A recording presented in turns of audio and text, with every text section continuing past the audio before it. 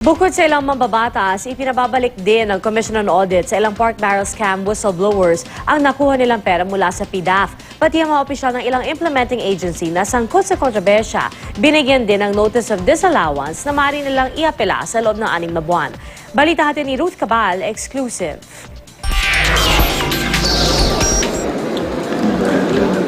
Hindi lang sa ilang mambabatas, pinababalik ng Commission on Audit sa gobyerno ang kanilang pork barrel na umano'y irregular at iligal na ginasta. Pinababalik din ng COA ang pera sa ilang whistleblower sa pork barrel scam, kasama sina Ben Hurluy at Evelyn De Leon.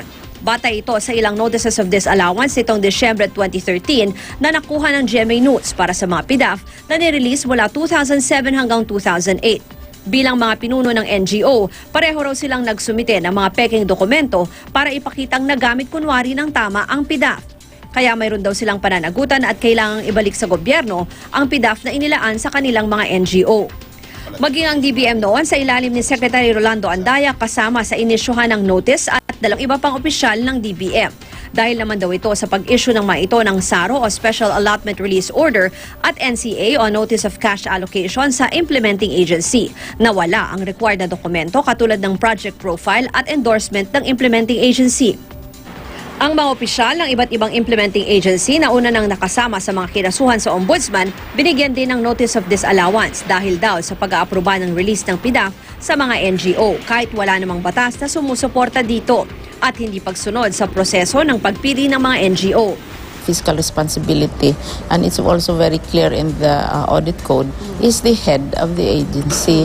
Kasi maliwanag sa PD 1445 na sa pagkakaalam ko hindi pa naman nagbago na fiscal responsibility. Ikaw responsibilidad mo yan kung nalusutan ka, kung dinaya ka, o kung kasali ka ba sa pagdaya. Itong mga bagay na ito, hindi yan nangyayari na nag-iisa lang ang politiko. Talagang may may kasama din, may kooperasyon. May 6 na buwan ang mga taong nakatanggap ng notice of disallowance na iapela ito. Kung di tuluyang masettle ito, pwede silang maharap sa kasong irerekomenda ng COA. Pero sina Luet De Leon nasa Witness Protection Program na at nag-a-apply para maging state witness. Since sina Ben Hurluy at ng ibang whistleblowers ay naipasa ilalim na sa Witness Protection Program, kasama doon yung immunity from answering the civil aspect ng kaso. Sinubukan ng GMA News na makuna ng pahayag si dating DBM Secretary at ngayon Representative Andaya pero hindi siya makontak. Dati na niyang giniit na ang mga pondong nirelease ng DBM sa termino niya ay regular at legal.